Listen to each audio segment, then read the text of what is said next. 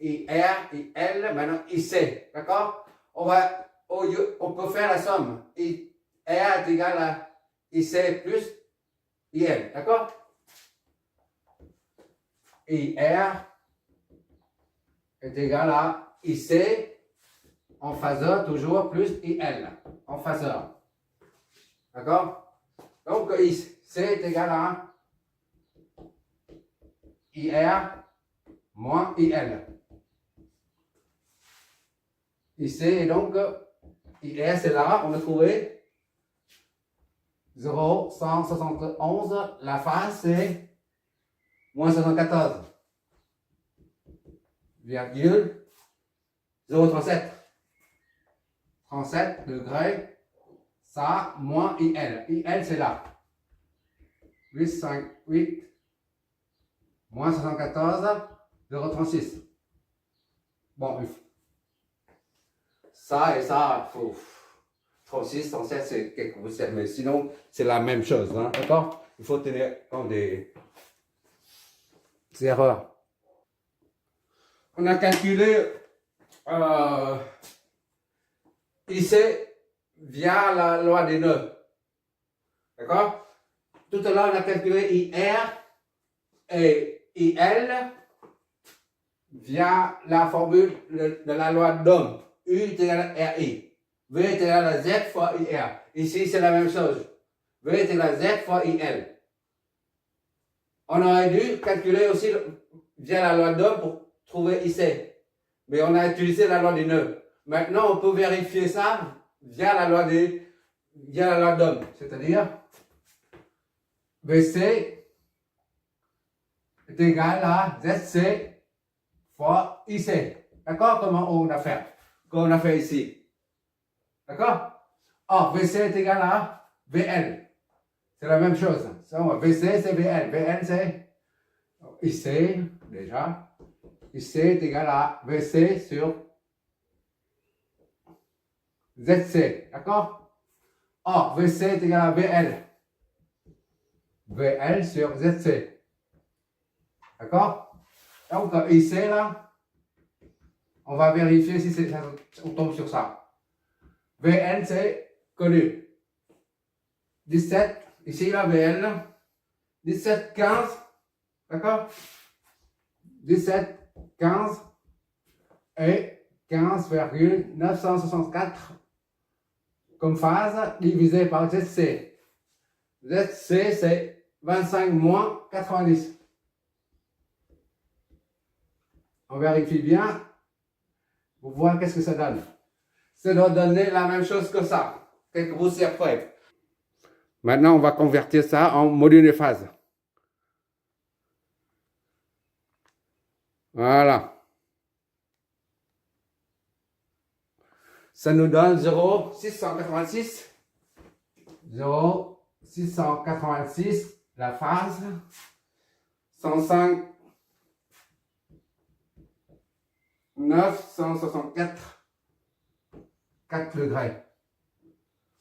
Comparé à ça, c'est juste quelques poussières. Sinon, c'est beau. D'accord? Tout est cohérent.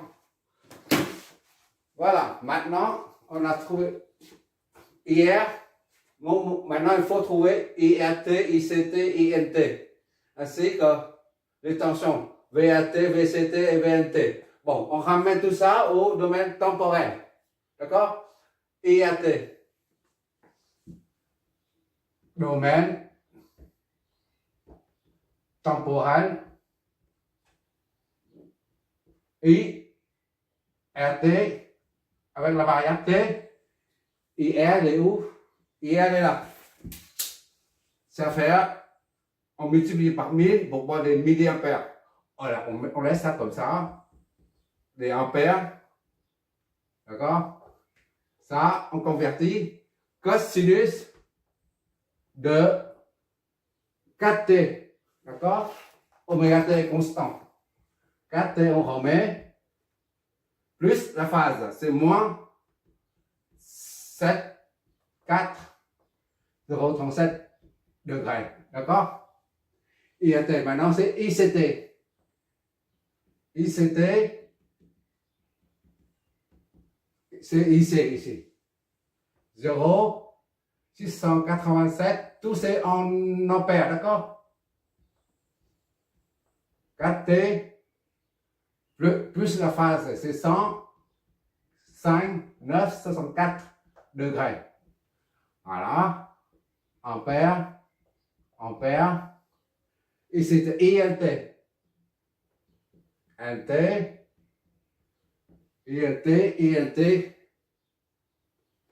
ILT, c'est en haut.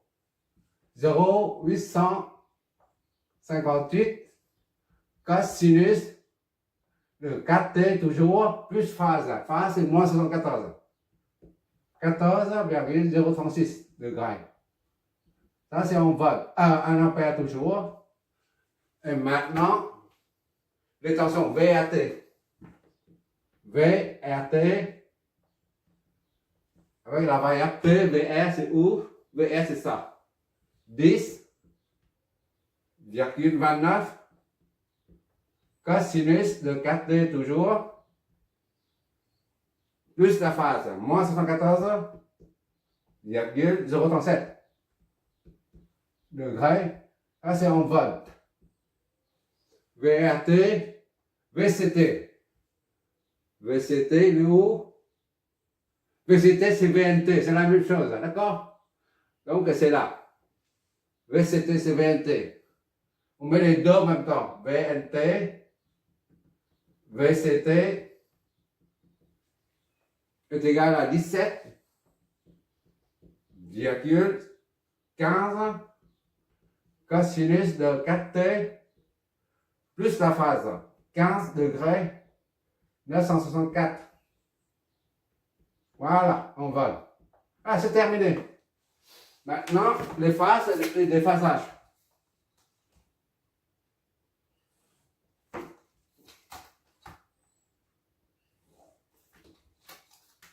Qu'est-ce qu'on nous demande là, en fait? Déphasage. Je ne sais pas si je vois toujours. Ok. Je vois toujours, ok. L'angle le plus petit en valeur algébrique. Plus petit en valeur algébrique, c'est moins 74. D'accord? Moins 74,037, c'est la même chose que ça. Il faut considérer que c'est pareil, parce que les poussières derrière, là, c'est la même chose. Moins 74. Ici, c'est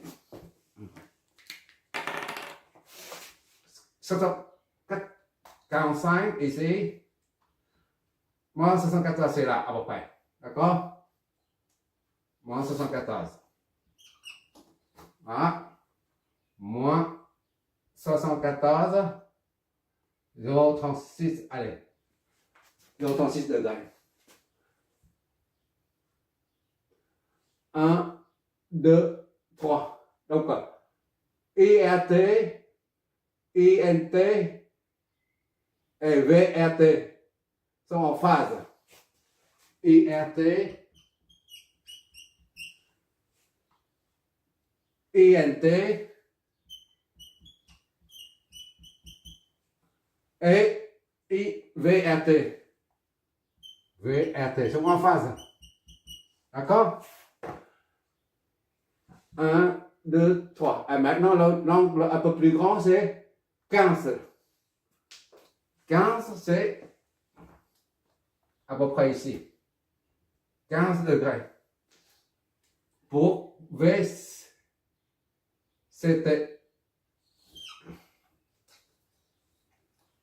VCT. VNT. VNT. D'accord? C'est 15,964 degrés. Voilà. Et après, c'est 105 degrés. 9, c'est pour ICT. IRT, il manque ICT. 115, c'est ici. 90, 115, c'est quelque chose comme ça. Voilà. 115. D'accord, hein? ICT 115, virgule 964 degrés. Ça, c'est ICT. Voilà.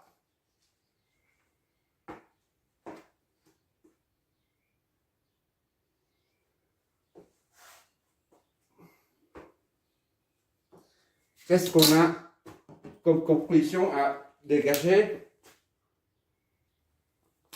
On voit que d'ici à là, c'est 90 degrés.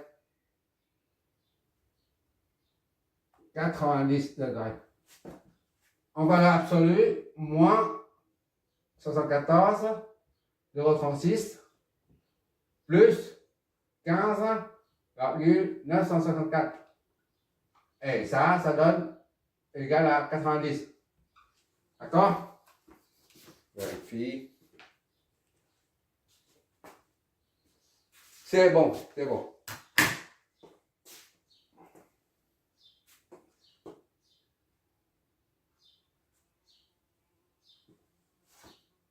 Voilà. VNT, VRT. VNT et VRT. Ce qu'on doit comparer là. Ils sont déphasés l'une. Les deux tensions, la VNT et VRT, sont déphasées l'une par rapport à l'autre de 90 degrés. D'accord? Et quoi d'autre? Là, je viens juste de corriger ici, là. C'est 105, j'ai mis 115, c'est 105. D'accord? 964. Bon, maintenant, comme on a dit très souvent, pour un condensateur et pour une bobine, l'inductance, L. On a pour un condensateur IC et VCT.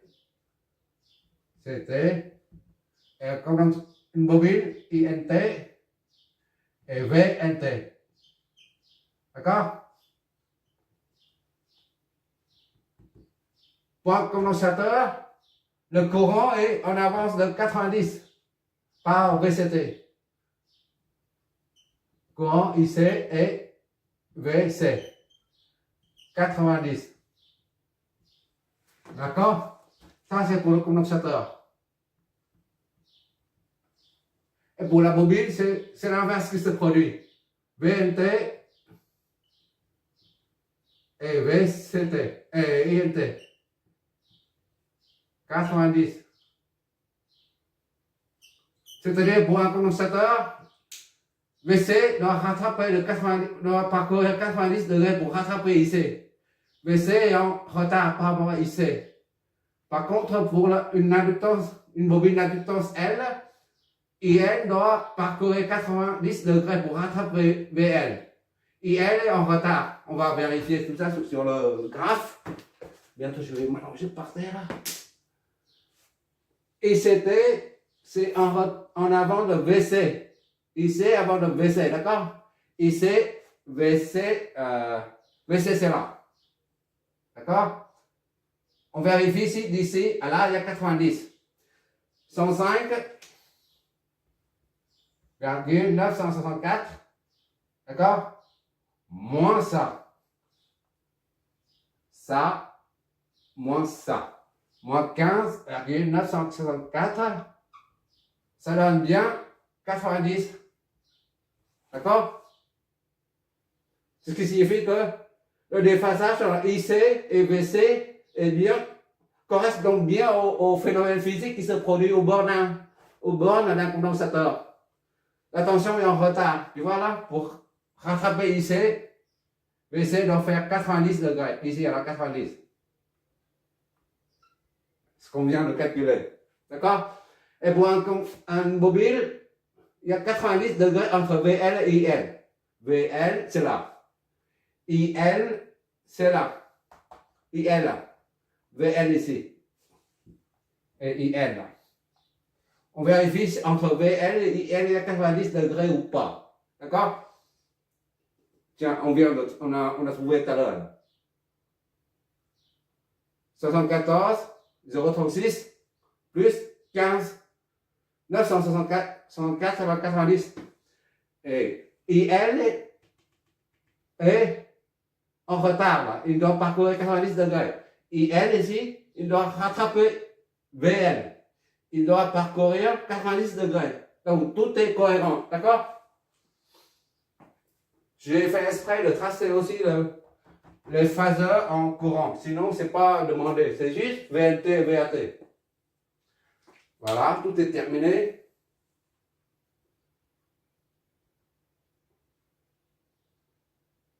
Là, tu vois bien que pour résoudre un circuit où il y a deux composants, on dit second ordre, comme un filtre. Déjà, en utilisant les phaseurs, c'est déjà compliqué. C'est déjà long. Mais si tu utilises les fonctions, les formules, des lignes trigonométriques, on dit les lignes trigonométriques, je crois. Ça fait des années maintenant. Je ne me rappelle plus comment ça s'appelle. Quand on dit cos A, cos B, là, cos A plus moins B est égal à cos B sin A, machin, bidule, plus, moins ou moins plus, cos B, cos A, enfin bref, tout ça on dit des lignes trigonométriques ou des...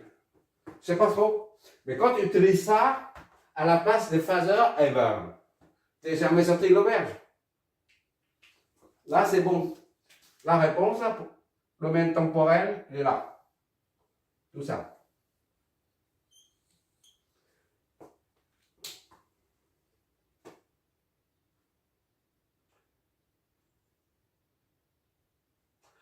Merci d'avoir regardé. Je vais prendre un peu plus compliqué. On va faire un exercice. On va anticiper un peu pour les filtres.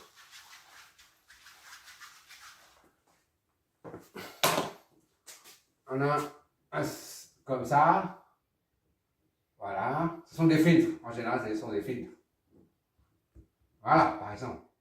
Ça fonctionne comme un filtre. Ça crée ici,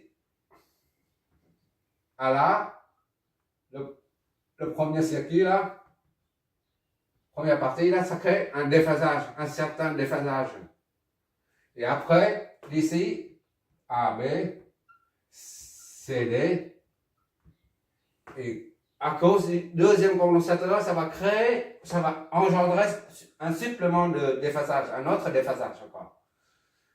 Déphasage 1, phi 1, et après phi 2, la totalité se trouve à la sortie. VA, ça c'est VN. Voilà. Tout ça, on utilise les impédances, justement. Le rapport des impédances. On va faire ça. Ou alors, des inductances comme ça, là. Voilà. Dans une machine à laver, par exemple, ou en général, une machine à laver, s'il y a des fois, mais par exemple, je prends les appareils, les blancs, on appelle ça les blancs, les gros électroménagers. Ceux qui sont de haute gamme, comme Siemens. Siemens. Je crois que c'est comme ça. Au Bosch, par exemple. Je te raconte des histoires personnelles. Le filtre, c'est un lave-vaisselle comme ça. Ça se s'ouvre devant. Tu tires et tu mets dedans. Et derrière, juste, il y a des condensateurs. Un groupe de condensateurs. Voilà. Il y a des bobines dedans. Ça sert de filtrer les courants parasites. Parce que là-dedans, il y a l'électronique. Qui dit électronique dit les harmoniques, les courants non sinusoïdaux. Un courant sinusoïdal, c'est un courant parfait. Il reçoit le courant de l'EDF, les centrales de EDF nous fournissent un courant parfait, sinusoïdal parfait. Mais lors de la consommation, on fait propager dans le réseau qui arrive, qui alimente ça. Et nous, les machines à laver, par exemple, à cause des convertisseurs alternatifs en courant continu. On doit convertir le courant alternatif en courant continu. En courant continu, un peu ondulé comme ça. Voilà, mais continu, ça ne descend pas sous l'axe OX. D'accord? Le fait de convertir ça en ça, là, ben, ce n'est plus sinusoïdal. Ça contient des harmoniques. Les harmoniques, les courants harmoniques se propagent dans le réseau. Et personne ne veut ces harmoniques-là. Ça va surchauffer les lignes. C'est la raison pour laquelle les fabricants, ils sont conscients de ce problème, ils ont mis des filtres. Des filtres. Voilà, des condensateurs ou des inductances. Je dis ça comme ça, hein, mais il y a toutes sortes de filtres. Le système de filtrage est tellement complexe. Voilà, ça permet de court-circuiter les harmoniques dans les fréquences. Enfin, on verra ça parce qu'il ne faut pas aller trop loin. Pour l'instant, je parle des circuits de filtrage. Et le circuit de filtrage, c'est ce qu'on va faire bientôt là, dans le prochain exo ou l'exo après. Ce sont des circuits de filtrage. D'accord? C'est juste pour te dire que ces circuits de filtrage sont très utilisés en gros électroménager à la maison. Là. Machine à laver, je suis tombé sur plusieurs dans l'Est de France. J'ai tombé sur plusieurs sortes de machines. Et très souvent, les groupes de filtrage sont court-circuités. Parce qu'il y a trop de courants parasitaires, en fait. Voilà. Quand je suis chez un ami, lui, il est électricien, lui. Il a acheté un gros appareil électroménager, mais il a calibré. Il suffit de mettre en marche l'appareil, la machine à laver, ou en général les machines à laver. Ou alors, je connais un autre appareil, c'est NG. Non, c'est pas NG. Mark Drive, c'est ça, Mark Drive. Mark Drive, quelque chose comme ça. Mark Drive. Je sais pas trop. C'est un truc, ouverture frontale comme ça. De 6 à 10 kilos. Et ça, derrière, là, c'est un disque comme ça. Un disque avec des aimants. Des aimants partout, là. Il y en a 12 aussi, je ne me rappelle pas. Tu enlèves ça, mais tout autour, là, en dessous, là, tu enlèves le flasque. Autour, il y a des bobines partout. Des bobines. Tu vois? Ils ne sont pas solidarisés avec ça. Hein. Ça, tu as un vis. Tu as des vis, un gros boulon. Voilà. Tu enlèves le flasque. Là, à l'intérieur du flasque, le flasque est comme ça. Je ne sais pas comment. En 3D, c'est. Voilà. Comme ça, le flasque en 3D. D'accord? Voilà. En 3D. À l'intérieur, tu as un petit bloc.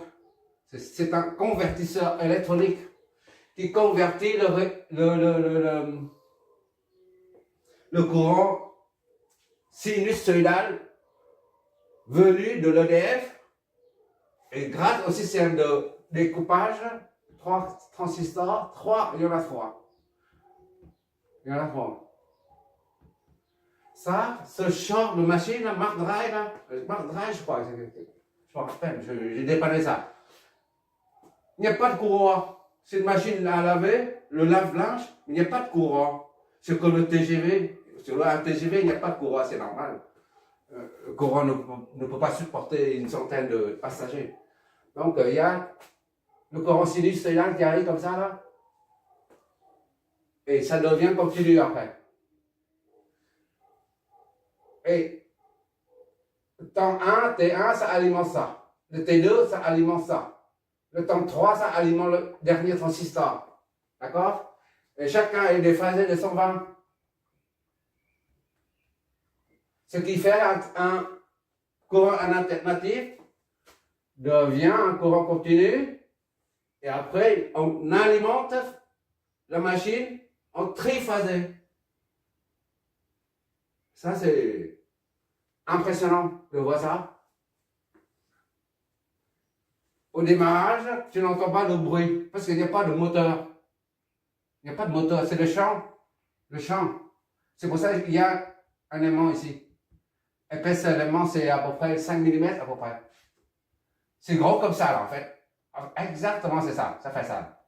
L'aimant FR. Cette dimension-là. Voilà. Tu en as 12, je crois, quelque chose. Et pourquoi je te parle de ça? Parce que c'est le réseau EDF nous fournit ça. Une sinusoïdale parfaite. Et nous, après, en passant par un pont de diode, on convertit ça en continu. Et le continu, lui, il va alimenter les 3 transistors décalés dans le temps. Et ça crée un système triphasé qui alimente à son tour le moteur. Et le fait que le courant sinusoïdal issu de l'EDF est devenu un courant continu, déjà, ça crée des harmoniques. Ce sont des courants harmoniques. Harmoniques. On verra tout ça. Des harmoniques qui se propagent dans le réseau. Et on dimensionne justement, pour que les harmoniques ne se propagent pas dans le réseau EDF, on dimensionne les filtres, le système, les circuits de filtrage, justement, circuit de filtrage. Je ne sais pas, il faut dimensionner pour savoir, on aura l'occasion de le faire plus tard. Voilà, disons c'est ça. Ouais, voilà. En bref, ça. De pouvoir court-circuiter les harmoniques de rang pair ou impair, peu importe, on verra le moment venu. En général, c'est 3, 5, 9, 11, 13. À partir de 3. Troisième harmonique, cinquième harmonique. Ça, c'est pas 9, je crois. 3, 5, 9, oui, 11, 13. Ces harmoniques-là, on ne peut pas les annuler. Les harmoniques pairs s'annulent, tandis que les harmoniques impaires ne s'annulent pas. Soit ça circule dans les phases, soit ça circule dans le neutre. Et c'est pour ça qu'on les court-circuite en dimensionnant le filtre. Donc la réactance devient nulle à la fréquence de l'harmonique. Harmonique 9 par exemple, 9 fois 50 Hz, disons, hein, 450 Hz. Voilà. Il faut que la fréquence devienne nulle. La réactance devient nulle à la fréquence 450 Hz pour que le courant de cette harmonique-là passe par à 450 Hz, ça devient nul. Donc ça devient un câble, un fil à la Terre. Donc l'harmonique de 9e rang va passer dans le sol au lieu de se propager dans les réseaux EDF. Voilà, c'est le prochain, après on fera bientôt là. Le filtre, d'accord? Le système de filtre, au lieu d'avoir ici là, 1, 2, on va en faire plusieurs, tu verras. Parce que c'est encore trop tôt pour parler des harmoniques. Mais les circuits qu'on va analyser en fréquentiel serviront au filtre, à la résonance. Qui dit filtrage dit résonance. D'accord? Quoi d'autre? Bon, pour l'instant, c'est ça, il ne faut pas aller trop loin. Merci d'avoir regardé, tu regarderas la simulation. J'ai mis que ça et ça, pour VNT et VAT. Parce que sur le simulateur, si tu mets trop, il n'y a pas d'échelle. Hein. Là, attention, j'entends par là que VNT c'est 17, VAT c'est 10 ohms comme amplitude. Alors que tout ça, là, les courants tout petits, 0,5, et bien l'ordinateur, il ne voit pas tout ça. Il dessine des trucs comme ça, tout petit. I, c'est tout petit ici. D'accord? I, ici, là, c'est tout petit. C'est pour ça qu'on ne voit pas. On ne voit pas du tout. C'est pour ça que je simule, je fais une comparaison de phase entre VNT et VRT seulement. Je ne vais pas comparer entre. Le courant est trop petit, on ne voit pas. Sinon, tu as tous les résultats ici. Si tu vois, tu as un simulateur, tu simules chez toi pour voir si ça correspond bien à ce qu'on vient de trouver. Mais tout ce que je vais te montrer sur le simulateur, c'est le déphasage en VNT et VRT. Ainsi que tous les phaseurs, tu verras tous les phaseurs. Ça, si tu veux aussi. Merci d'avoir regardé.